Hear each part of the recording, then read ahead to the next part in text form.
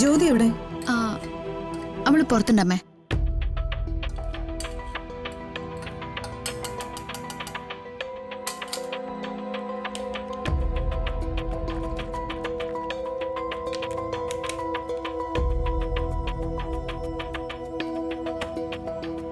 മോളെ, ഞാൻ കുറച്ചു നേരം ഒന്ന് കിടക്കട്ടെ. ഒരു തലവേദന പോലെ. ശരി അമ്മേ.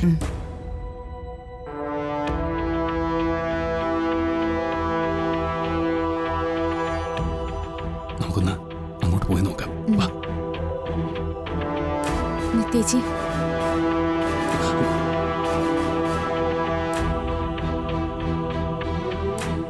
ജോലിയൊക്കെ കഴിഞ്ഞോ? ഇല്ല, ഇപ്പൊ കഴിയും. എന്താ മോളെ? ജോലി കഴിഞ്ഞ് എൻ്റെ അടുത്തേക്കൊന്ന് വരുമോ?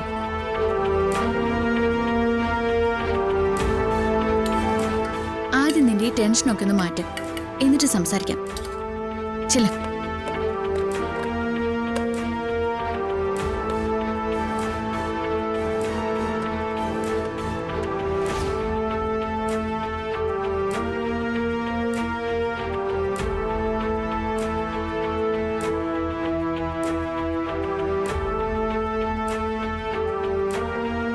അതെ, കല്യാണി ആദ്യം കൂടി അപ്പുറത്തെ പറമ്പിൽ കളിക്കാൻ പോയില്ലേ? ആദ്യം ഒന്ന് വീണുന്ന് തോന്നു. ഒന്ന് ചെന്ന് നോക്കി.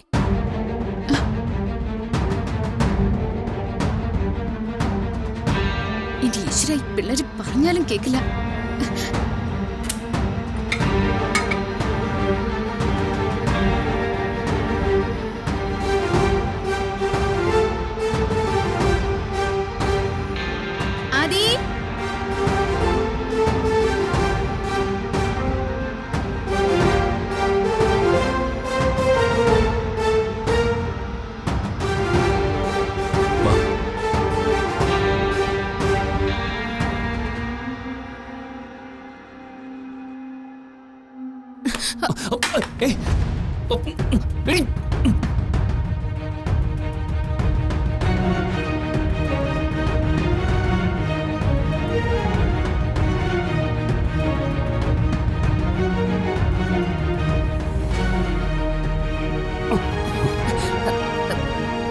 സോറി ഹരിയേട്ടാ.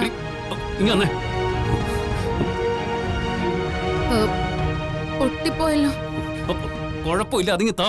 അയ്യോ വേണ്ട, എന്റെ ഭാഗത്തുനിന്ന് വന്ന തെറ്റല്ലേ, ഞാൻ ശരിയാക്കിക്കോളാം. അതൊന്നും വേണ്ട, നീ ഫോണി തന്നെ. പറ്റില്ല ഹരിയേട്ടാ, എന്റെ ഭാഗത്തുനിന്ന് വന്ന തെറ്റല്ലേ, ഞാനത് തിരുത്താം. ഇപ്പൊ തന്നെ അടുത്തുള്ള ജംഗ്ഷനിൽ പോയിട്ട് ശരിയാക്കി കൊണ്ടുവരാം. നിന്നോട് വേണ്ടെന്ന് പറഞ്ഞല്ലേ, നീ ഫോണി തന്നെ. 10 മിനിറ്റ് ക്ഷമിക്കുക ഹരിയേട്ടാ, ഇപ്പൊ വരാം ഞാൻ. നിന്നോട് നിൽക്കാനല്ല പറഞ്ഞു.